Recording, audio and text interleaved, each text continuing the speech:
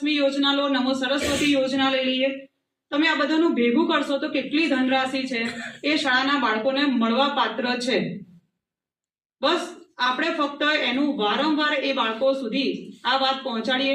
એના સિવાયની શિષ્યવૃત્તિઓ તો અલગ જ છે, તો એમને આ યોજનાઓનો પણ આપણે લાભ આપીએ. સાથે સાથે ખાસ કહીએ તો મૂલ્ય સિંચન થાય. આપણી પાસે કોઈ પણ એક વસ્તુ છે, પણ એ વસ્તુનો સદુપયોગ, માનવ ઉપયોગ કેવી રીતે થાય, તો એના માટે આપણે સૌએ પ્રયત્નશીલ રહેવું. ઘણા બધા અત્યારે આપણે ટીવી મીડિયામાં જોઈએ છે, બરાબર, કે ઓવર સ્પીડમાં ગાડી હોય છે અને એક્સિડન્ટ થઈ જતા હોય છે. કેમ? કારણ કે એની પાસે પૈસા તો ખૂબ છે, પણ એને ક્યાં વાપરવા, એનો યોગ્ય ઉપયોગ કેવી રીતે કરવો, લોકોને કેવી રીતે એનો ઉપયોગ થશે, એ સમજણ નથી.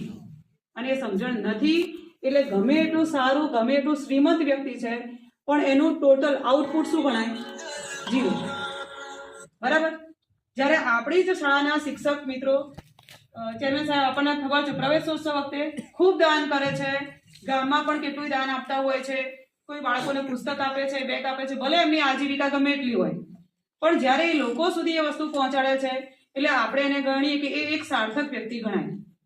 એટલે એવું ના હોય કે આપણા માટે ખૂબ આપણે એ પાસે હોય ને પછી આપણે આપીએ. જે છે સારું જ્ઞાન છે તો આપો. તમારી પાસે કોઈ સારું આધ્યાત્મિક નોલેજ હોય, મૂલ્ય સિંચન હોય, આપણી પાસે